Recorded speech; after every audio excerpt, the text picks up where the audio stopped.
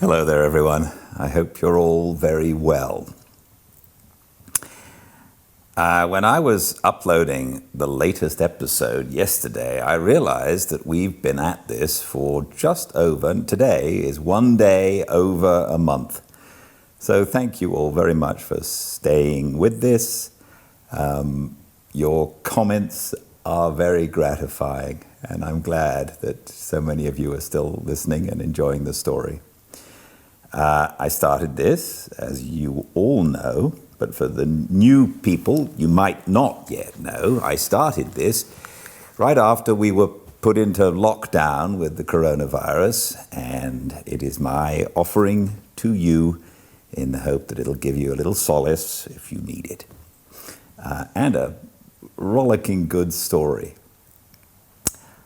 I also wanted to say thanks to my wife and daughters, who not only are locked up in the house with me, but also at 5 o'clock every day have to endure me running around, unplugging the telephone and telling everyone, okay, I'm starting to record now, and borrowing somebody's telephone to record the YouTube feed. So thank you to them for being happy along with me about doing this. I'm reading Great Expectations to you, and today we are on chapter 34.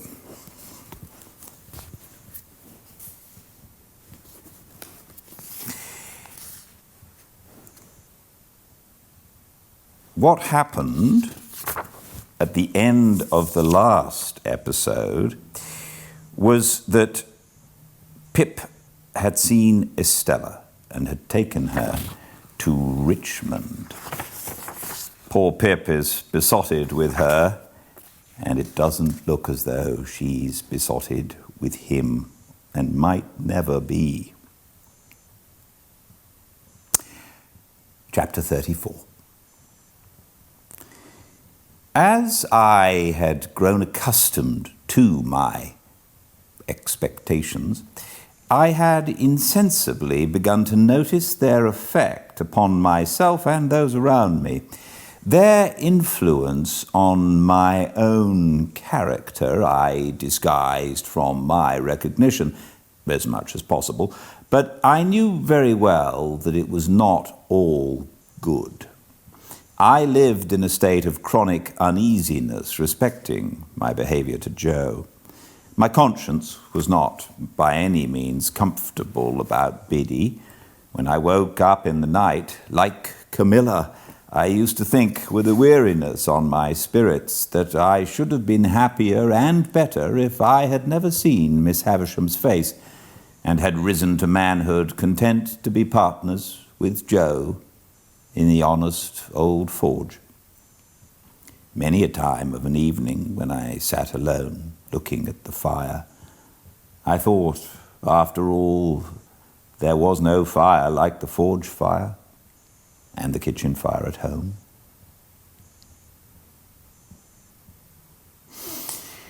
Yet Estella was so inseparable from all my restlessness and disquiet of mind that I really fell into confusion as to the limits of my own part in its production.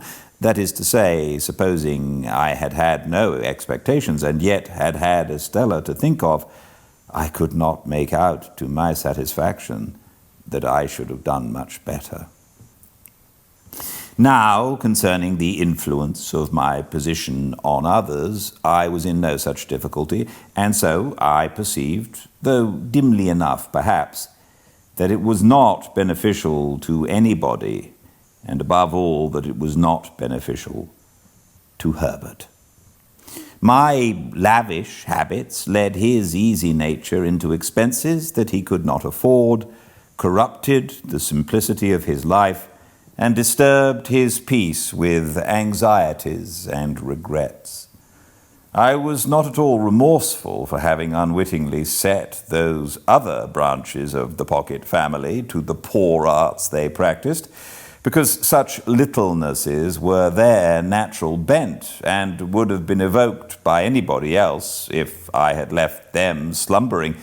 But Herbert's was a very different case. and it often caused me a twinge to think that I had done him evil service in crowding his sparely furnished chambers with incongruous upholstery work and placing the canary-breasted avenger at his disposal.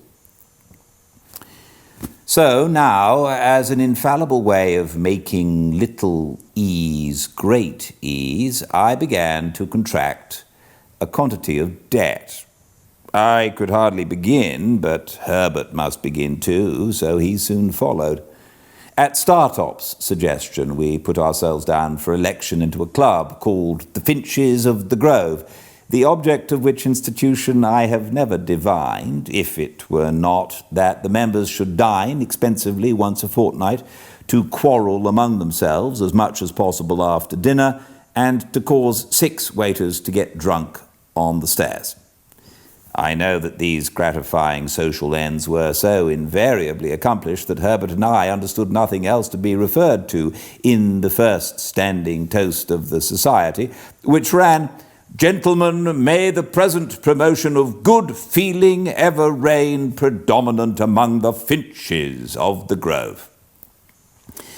The Finches spent their money foolishly. The hotel we dined at was in Covent Garden, and the first Finch I saw when I had the honour of joining the Grove was Bentley Drummle, at that time floundering about town in a cab of his own and doing a great deal of damage to the posts at the street corners.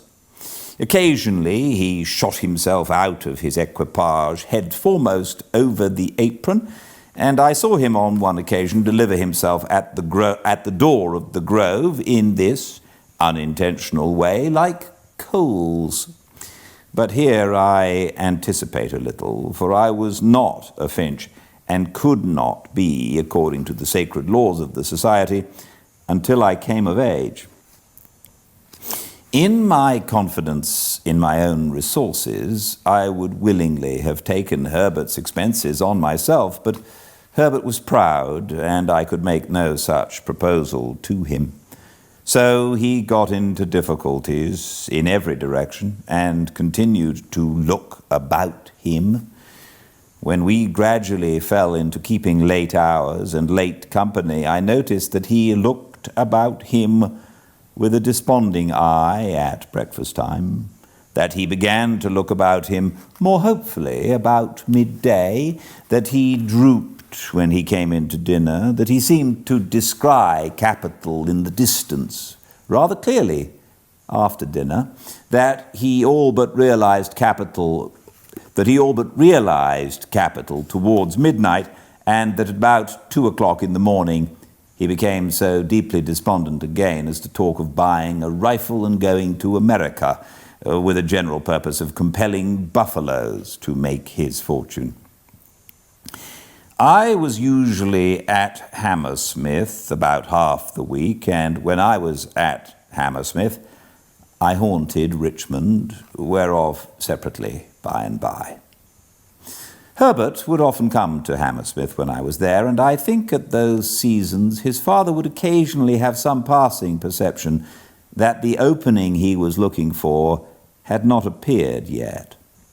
But in the general tumbling up of the family, his tumbling out in life somewhere was a thing to transact itself somehow.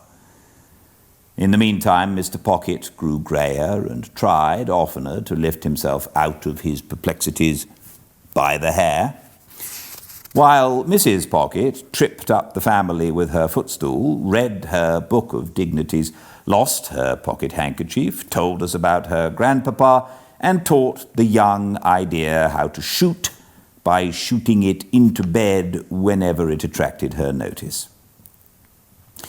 As I am now generalizing a period of my life with the object of clearing my way before me, I can scarcely do so better than by at once completing the description of our usual manners and customs at Barnard's Inn. We spent as much money as we could and got as little for it as people could make up their minds to give us.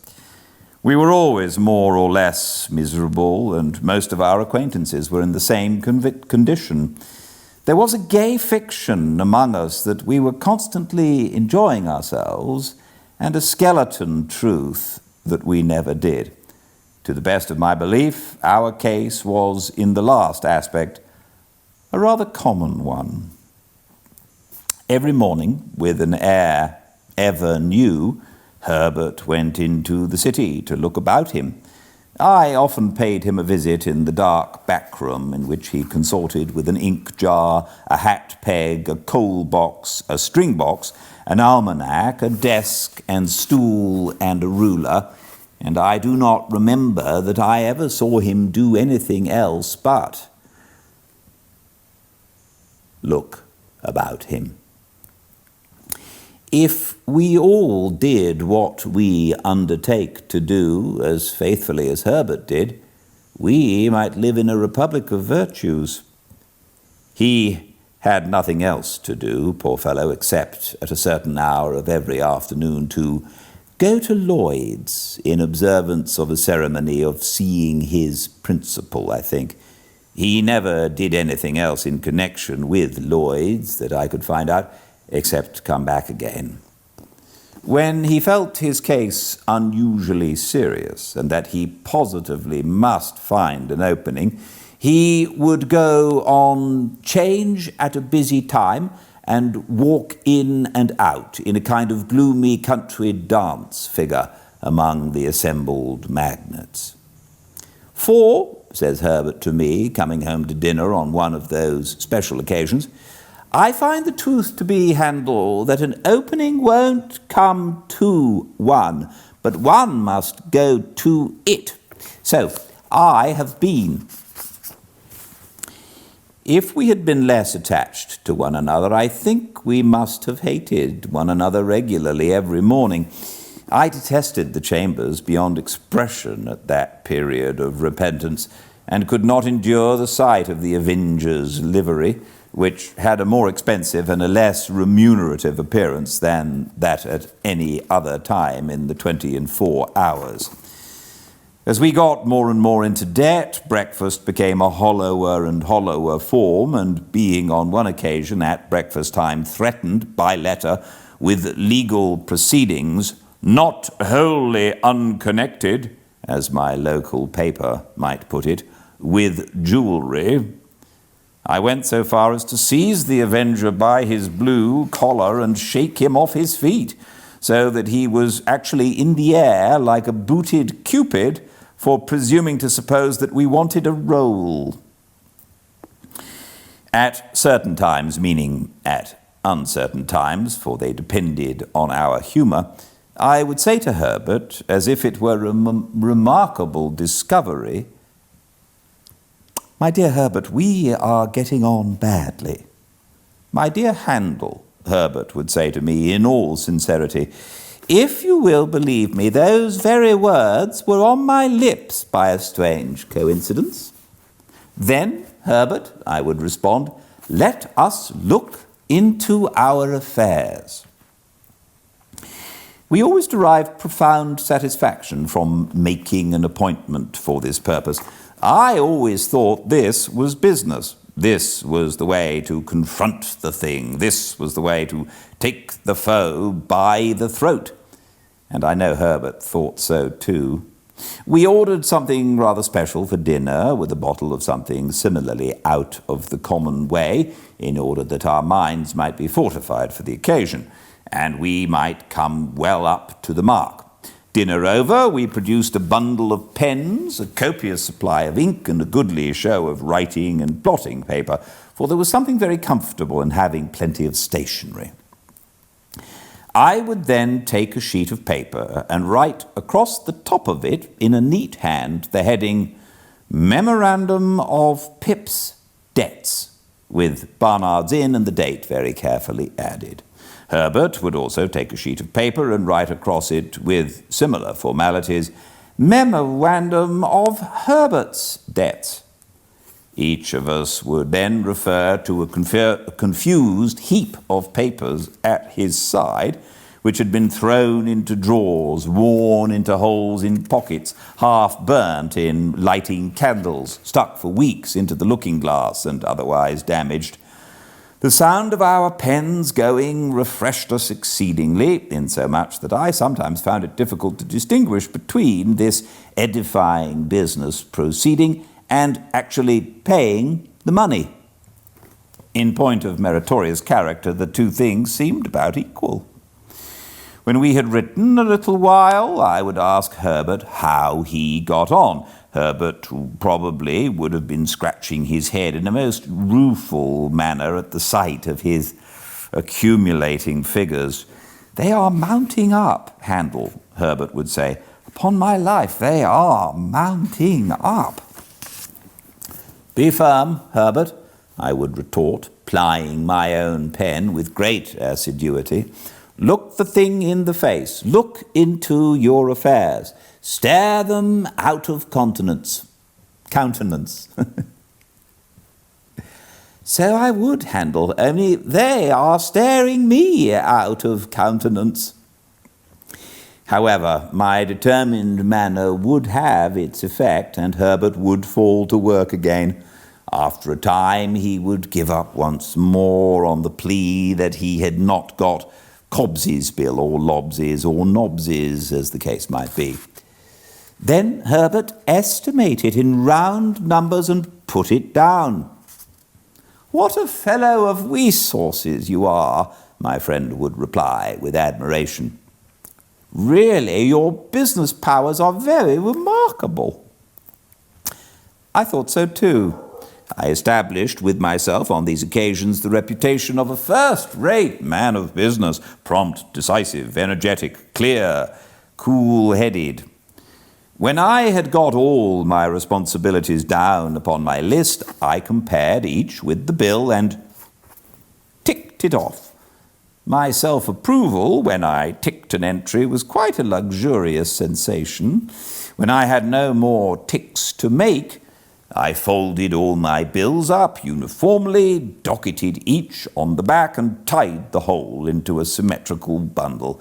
Then I did the same for Herbert, who modestly said he had not my administrative genius, and felt that I had brought his affairs into a focus for him. My business habits had one other bright feature, which I called leaving a margin. For example, supposing Herbert's debts to be £164 4 and twopence, I would say, leave a margin and put them down at 200. Or, supposing my own to be 4 times as much, I would leave a margin and put them down at 700. I had the highest opinion of the wisdom of this same margin, but I am bound to acknowledge that on looking back I deem it to have been an expensive device, for we always ran into new debt immediately to the full extent of the margin, and sometimes, in the sense of freedom and solvency it imparted, got pretty far on into another margin. But there was a calm, a rest, a virtuous hush consequent on these examinations of our affairs that gave me, for the time, an admirable opinion of myself. Soothed by my exertions, my method, and Herbert's compliments, I would sit with his symmetrical bundle and my own on the table before me among the stationery and feel like a bank of some sort, rather than a private individual. We shut our outer door on these solemn occasions in order that we might not be interrupted. I had fallen into my serene state one evening when we heard a letter dropped through the slit in the said door and fall to the ground. "It's for you, Handel," said Herbert, going out and coming back with it, "and I hope there is nothing the matter." This was an allusion to its heavy black seal and border. The letter was signed Trabb and Company, and its contents were simply that I was an honoured sir, and that they begged to inform me that Mrs. J. Gargery had departed this life on Monday last at 20 minutes past 6 in the evening, and that my attendance was requested at the interment on Monday next at 3 o'clock in the afternoon.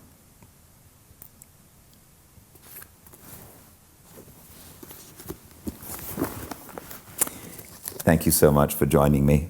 I hope this helps, and I look forward to seeing you here tomorrow for the next chapter of Great Expectations in Front of the Fire. Please be well.